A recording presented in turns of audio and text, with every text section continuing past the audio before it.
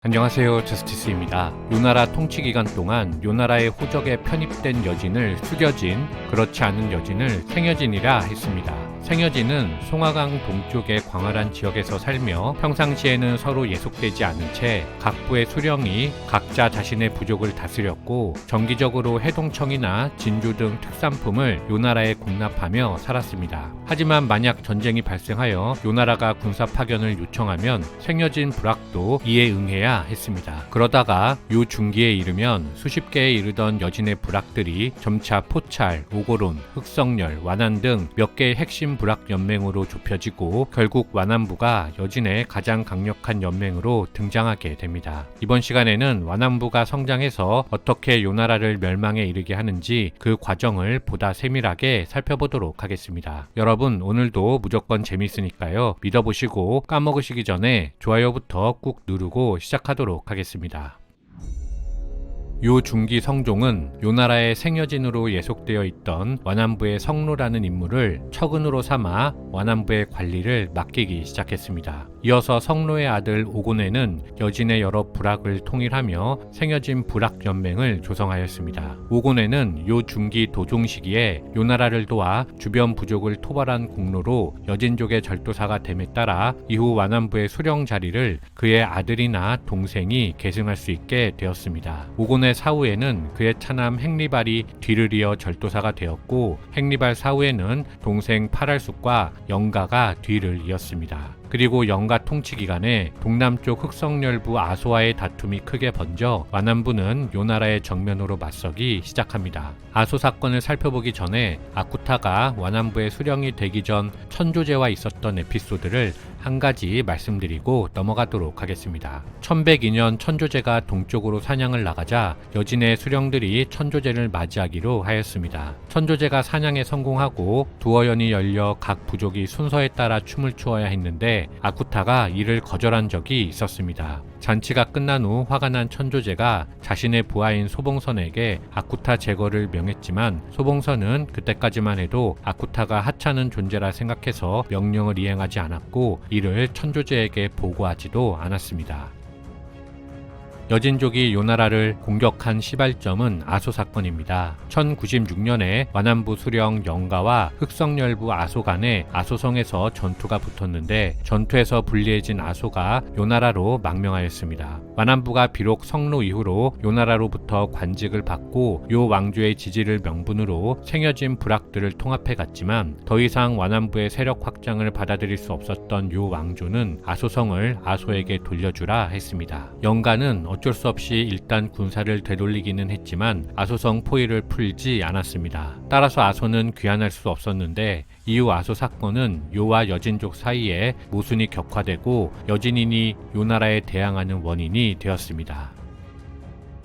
1113년 영가의 조카인 아쿠타가 형 오아속에 이어 완한부의 수령이 되었습니다. 이듬해 아쿠타는 아소의 소환을 협상한다는 명목으로 요나라에 사신을 보내 요의 정세와 군사를 염탐하였습니다. 당시 요나라는 제9대 천조제 시기였는데 종실 간 왕권 다툼과 내란이 빈번한 상황이어서 방비 체계가 허술하다는 사실을 알게 된 아쿠타는 각부의 수령들로 하여금 성을 건설하거나 보수하며 무장투쟁을 준비하였습니다. 요나라는 완한부의 사신을 보내 국경에 많은 성을 구축하는 이유를 물었지만 아쿠타는 대답 대신 아소를 돌려보내라는 요구만 되풀이하였습니다. 따라서 요나라도 완한부의 공격에 대비해 국경 보호를 강화해야 했는데 시간이 가도 제대로 된 군대가 배치되지 않자 아쿠타는 요나라와 여진이 만나서 무역하는 동북 변경의 유충지 영강주를 먼저 공격하기로 하고 출병하였습니다. 1114년 10월 영강주 공격이 시작되었고 요나라가 허무하게 패배하면서 여진에 대한 통제력을 상실하였습니다. 이에 천조제는 소사선을 도통으로 소월납을 부통으로 출하점에 진을 치고 금구 진군을 막아보았지만 11월 아쿠타에게 또다시 괴멸되었습니다. 기세를 몰아 남아한 여진은 빈주와 함주까지 함락하며 동북 변경에서 요나라에 견줄 만큼의 강국이 되었습니다. 영광주와 추라점 전투의 연이은 승리로 자신감이 붙자 아쿠타의 신하들 중 일부가 건국해서 자립하자는 주장을 하기 시작했습니다. 요나라의 무능과 사기 저하, 민심 위반 등을 모두 파악한 아쿠타는 와남부가 이미 요나라에 대항할 실력을 갖추었다고 판단하고 신하들의 주장을 받아들여 1115년 국호를 대금으로 하여 황제에 즉위하였습니다.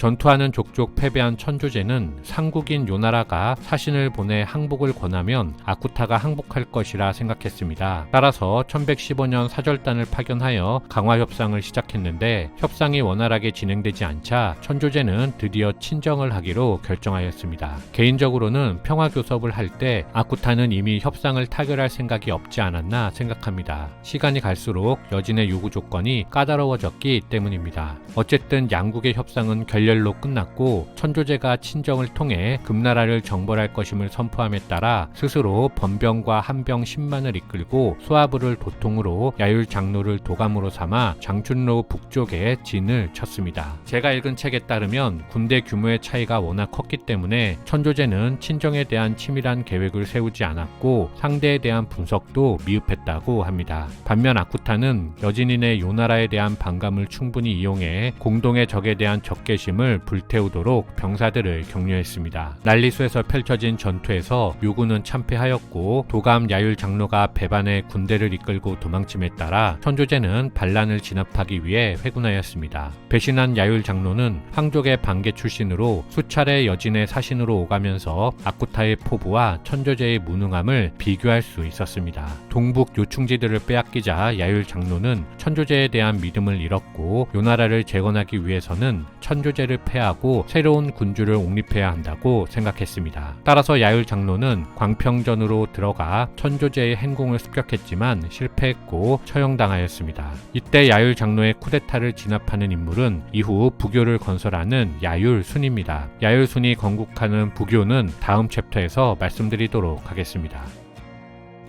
1116년 바레인 고영창이 요나라 동경에서 정권을 세우고 금의 사자를 보내 구원을 요청하자 금태조가 기회를 틈타 동경을 점령하고 고영창을 포획하였습니다. 이렇게 동경과 남쪽의 수겨진이 금 왕조의 통치하에 들어오게 되었고 여진의 통일이 완성되었습니다. 1920년 아쿠타는 완한 종웅을 선봉으로 상경으로 진격하였고 금군이 외성을 함락하자 요나라의 상경유수 달부랴가 항복하며 상경이 함락되었습니다. 상경이 무너졌음에도 불구하고 천조제는 군을 정비해 적을 방어할 계획을 내놓지 못했고 오히려 적을 피해 서경과 남경 일대로 도망치며 사냥을 즐겼습니다. 따라서 1121년 12월 아쿠타는 이번에는 중경을 정벌할 조서를 내렸는데 천조제가 도망치기에 급급할 뿐 이미 전쟁에 관심이 없었기 때문에 중경 수비군은 금군에 대항할 의지가 없었습니다. 이듬해 정월 중경이 함락되었고 당시 남경에 있던 천조제는 함락 소식을 듣자 서쪽으로 황급히 도망쳤습니다.